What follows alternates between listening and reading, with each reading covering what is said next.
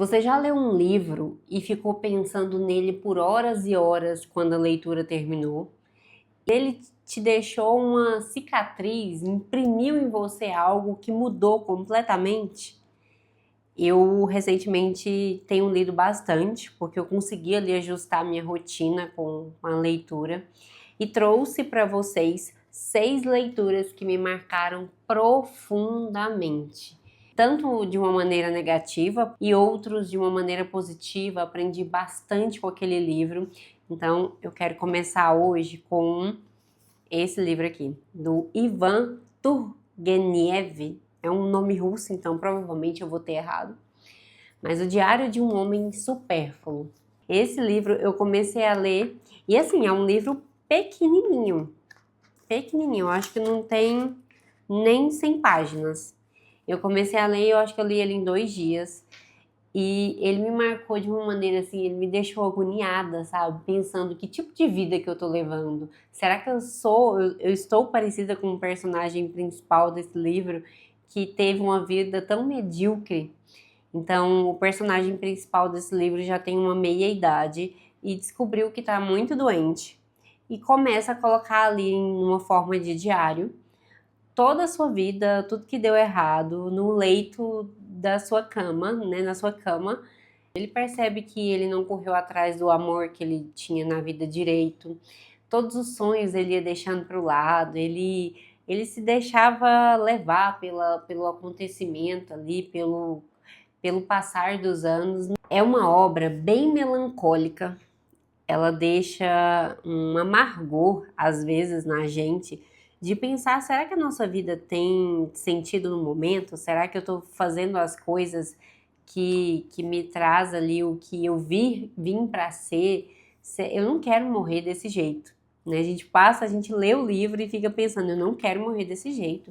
Preciso correr atrás dos meus projetos, preciso correr atrás dos meus sonhos, mesmo que sejam simples, mesmo que sejam complexos, eu preciso correr atrás. Eu confesso que eu li esse livro no início do ano para fevereiro. E eu estava com alguns projetos parados há anos. Um desses era criar esse canal aqui no YouTube. Quando eu terminei de ler esse livro, eu fiquei assim: chegou a hora de colocar em prática. Porque ele me deixou melancólica. E aí, logo depois, né, eu comecei já a pesquisar coisas de como que eu poderia começar o canal e tô aqui, né, nesse terceiro ou quarto vídeo, não sei quando eu vou subir, mas esse livro me marcou de uma maneira melancólica. Ele me fez olhar para o personagem principal e falar, gente, eu não quero ficar como esse cara. Eu quero correr atrás do que eu gosto, do que precisa ser feito, do que eu coloquei como um projeto e não saiu do papel. Então, é um bom livro para fomentar isso em você, sabe? O segundo livro é de Francisco Fausto. É um livro bem pequenininho. É um livro cristão. Então, se caso você não for cristão, mas quiser entender a virtude da temperança, do autodomínio, você vai conseguir passar por esse livro tranquilamente e entender sobre essa virtude que a gente tanto precisa nos dias de hoje, né? Eu comecei a ler ele porque eu estava numa fase de emagrecimento, eu precisava perder quilo e não estava conseguindo porque eu sou uma pessoa que gosta muito de comer um docinho fora do horário. E sempre precisa de ter uma comida gostosa ali para algo que eu vou fazer difícil. Então, se eu vou escrever um roteiro, eu preciso de um docinho, precisava, né? Se eu vou fazer algo difícil no computador, preciso ter uma comida gostosinha ali perto de mim. E aí eu fui atrás de ler sobre gula, fui atrás de ler sobre temperança, sobre autodomínio.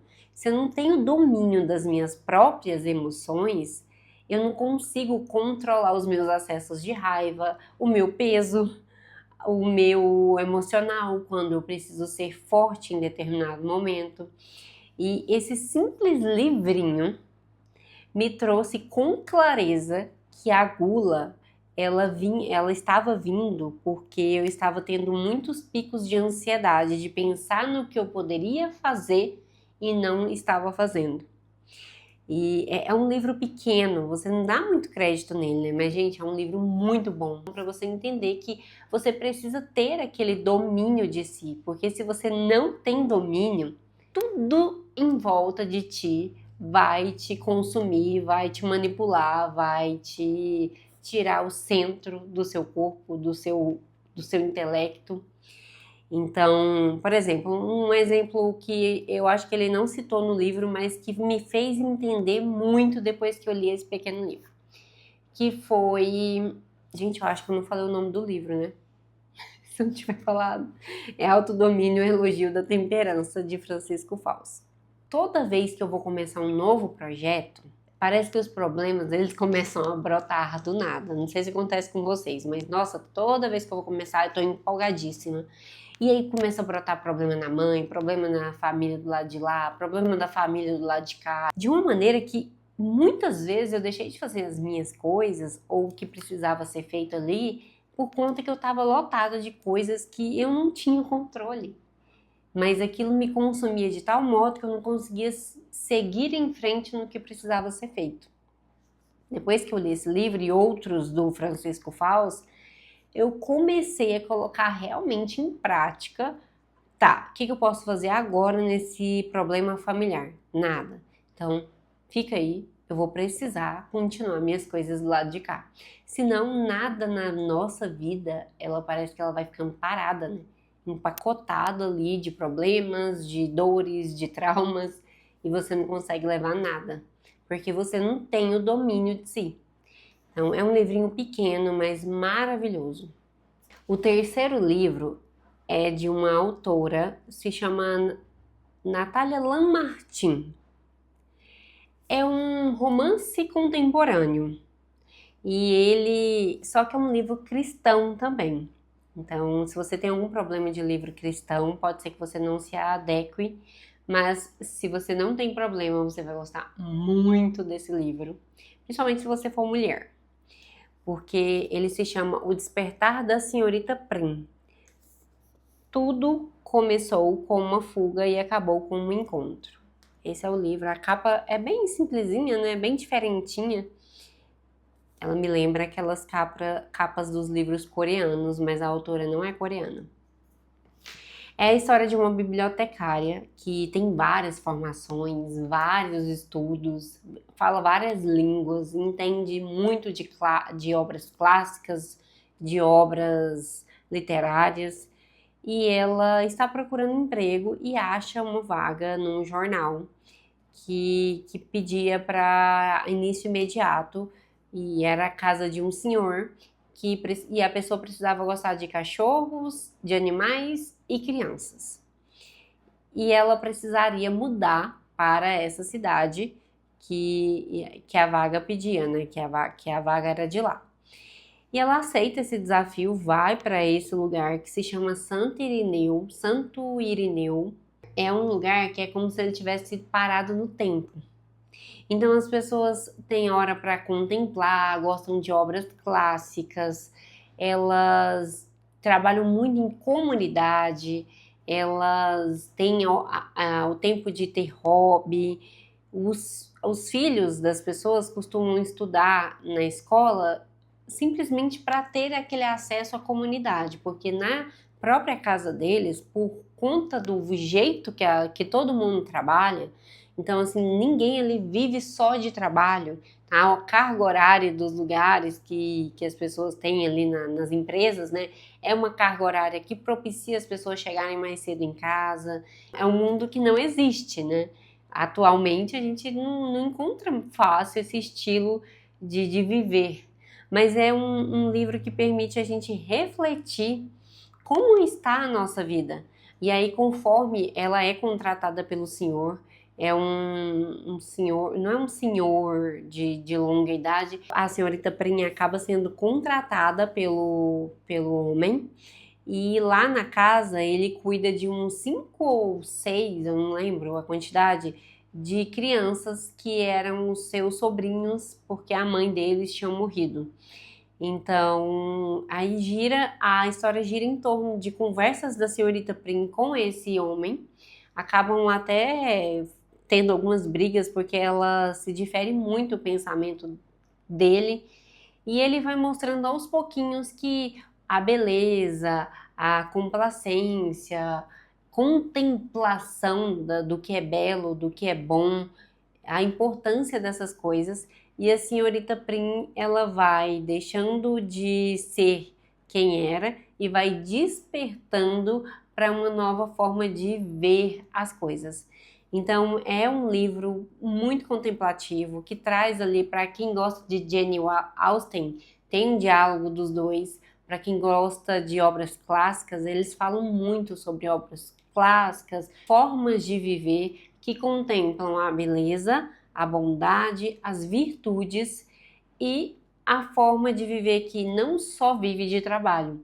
Então, muitos dos questionamentos da senhorita Prim é em relação a isso, a como as pessoas conseguem não trabalhar desse tanto e continuar tendo dinheiro para ganhar o pão de cada dia e continuar cuidando dos filhos em casa. E essas conversas, elas nos tocam de alguma forma. Então, depois que eu li esse livro, muita coisa em mim mudou. E que, tipo, eu tava numa onda de só trabalhar. Eu trabalhava ali 16 horas e tinha que estudar e não adiantava. E todo tanto que fazia, chegava no final da tarde, do dia, eu ainda tinha aquela lista de coisas para serem feitas. Porque a gente trabalha e parece que aquela lista de coisas, elas nunca terminam. E aí esse livro vai gerar uma profunda reflexão. O quarto livro, também de Francisco Fausto, estava nessa onda de pesquisar e estudar e ver ali quais virtudes eu não trabalhei muito na infância, quais virtudes precisariam de mais atenção. E ele vai falando sobre todas as virtudes. Então ele passa aqui mesmo no sumário, tem todas as virtudes e o que a gente pode fazer no dia a dia. É um livro muito fácil de ler, você vai lendo e vai marcando tanto, porque aqui não dá para ver, porque o meu marcador ele é meio marrom, mas eu marquei bastante esse livro, escrevi, é um livro que você escreve nele, de tanto que dá vontade, se você é como eu, né? Eu tenho essa mania de escrever em todos os livros que eu estou lendo. Me conta aqui nos comentários se você é a pessoa que escreve nos livros ou não pode nem mexer. Tem que passar. Eu sou a pessoa que escreve. E o engraçado desse livro que foi ele que me fez ler o Autodomínio. Então esse autor é o mesmo autor desse e aí lendo ele eu percebi que a minha temperança, o meu autodomínio sobre as coisas, ele era escasso. Eu não conseguia ali ter um autodomínio sobre as coisas, principalmente sobre comida, sobre problemas e dificuldades. Eu estava fraca nessa virtude. E aí eu me interessei tanto que eu comprei o livro que falava só sobre essa virtude e li, aí sempre estou relendo ele também, sempre estou revisitando, porque a importância do livro é a gente revisitar. Então é por isso que eu gosto muito de escrever nos livros, porque quando eu revisito, igual eu peguei esse livro aqui, que é o que a gente está falando agora, e até separei uma parte. Quando eu revisito, porque tem as minhas escritas, as minhas marcações, eu consigo me lembrar daquela parte e consigo também lembrar o que de fato aquela parte mudou na minha vida. Então, na página 94 desse livro da Conquista das Virtudes, tem uma coisa que me marcou muito, que é uma frase, né? Se não tens um plano de vida, nunca terás ordem. Eu sei que ter um plano de vida, tem muita gente que é ansiosa, eu também sou uma pessoa que tem, em fases da vida, tenho muita ansiedade, isso pode gerar uma certa ansiedade, né? Mas ter um plano de vida não quer dizer que você, se o plano der errado, a sua vida acabou. Ter um plano de vida é como se fosse um plano de oração. Se você tem um plano ali de oração de fazer 9 dias a novena de Santa Brígida, por exemplo, então aqueles 9 dias, aquele horário, aquele tempo, você vai tirar para a oração. Se acontecer alguma coisa, você vai dar um jeito de, num dia, rezar 2 vezes, no outro dia fazer a oração em outro horário. Assim é mais ou menos como é a vida aqui falada pelo Francisco Fausto. Você tem que ter um plano de vida mesmo que a vida tenha os seus percalços. Ele vai falar muito sobre a repetição dos bons rituais, sobre a importância de ter intencionalidade no jeito que você vive, na maneira como você leva a vida, para você construir a temperança, a prudência, a bondade. Até eu me pego falando sobre, nesse estilo assim, nossa, essa pessoa parece que nasceu boa, né? Nossa, ela não tem quase defeito nenhum, ela é uma genuinamente boa. Eu tiro crédito daquela pessoa de todo dia repetir, tentar ser boa, tentar não falar de ninguém, tentar não olhar só as coisas ruins da vida. Esse livro ele vai passar por todas as virtudes, vai te fazer questionar, e o melhor do livro, o melhor desse livro é que no final de cada capítulo tem exercícios que te faz refletir sobre tal coisa. Então, se você está querendo revisitar a todas as virtudes, você vai gostar muito desse livro. E o quinto e último livro, sim, O Morro dos Ventos Uivantes. Não, eu não vi o filme. Não, também não vou ver. Porque o que eu construí na minha cabeça parece que é assim uma coisa surreal de bom. E eu já vi algumas críticas do filme. E o filme, o novo filme, né? Porque tem um antigo, bem antigo. E o filme, a autora do filme, ela trouxe numa perspectiva mais da visão dela, né? E não da visão que realmente a Emily teve aqui ao escrever esse livro. É um livro da literatura inglesa. É um livro de romance e que te faz perceber que a pessoa que tem problemas psicológicos vai absurdamente afetar a sua vida. Ou seja, tem muita gente que fala mal desse livro justamente porque os personagens são meio loucos.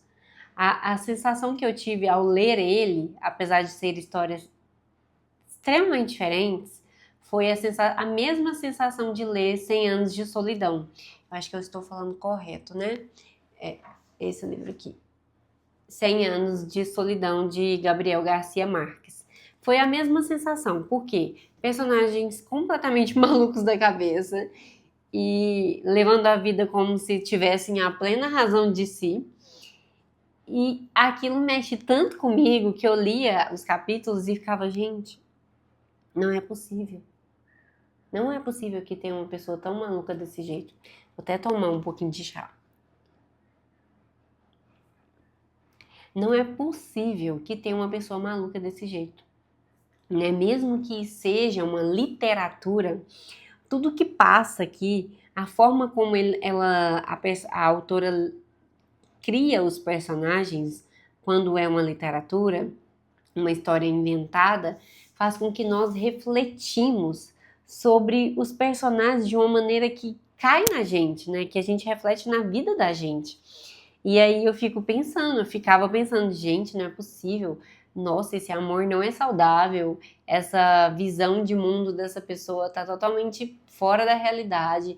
E o bom de ler literatura é exatamente isso. Gente, eu sempre falo que o livro, ele não precisa ser sempre ali ter uma história que vai terminar tudo bem, que vai terminar, nossa, final feliz.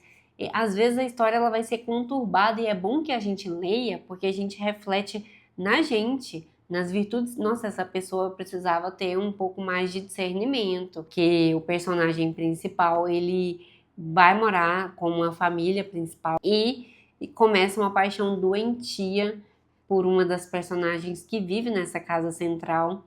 E essa personagem também é totalmente perturbada. É o que se resume a história. É um livro que te faz perceber o quão é ruim a obsessividade, a compulsão, a vingança, o ódio por outras pessoas ou pelo amor que você não conseguiu ter. E o final também, para mim, foi surpreendente. Leiam e depois voltem aqui e me contem se também foi perturbador para vocês. Espero que vocês tenham gostado das minhas sugestões de livros. Sim, elas foram bem ecléticas. Eu sempre leio livros assim, nada a ver um com o outro, eu tenho essa mania. É difícil eu começar a ler um livro igual eu fiz aqui, ó, do Francisco Faust, e já ler um segundo em seguida do mesmo autor. mas eu espero que de alguma forma vocês sejam inspirados a ler mais e conhecer esses autores. E lembrem-se que o livro, ele nem sempre ele vai ter uma impressão positiva na sua vida, mas às vezes a impressão negativa gera na gente a força de ir atrás dos nossos sonhos, ou melhorar uma virtude que a gente tem, que a gente não tem, ou potencializar uma virtude que a gente já tem. Então, para mim, ler é isso. Às vezes eu vou ler algo que eu não concordo, mas eu leio ali justamente para que aquilo eu saiba ver que realmente, olha, ser obsessiva no relacionamento não é saudável. Vingança, você passar a vida inteira tentando se vingar de algo também não é saudável. Então, a leitura, eu faço muito isso em livros. E se você gostou desse vídeo, curte para eu saber. E coloca aqui nos comentários se você já leu alguns livros desse aqui e se você me indica algum. Beijos!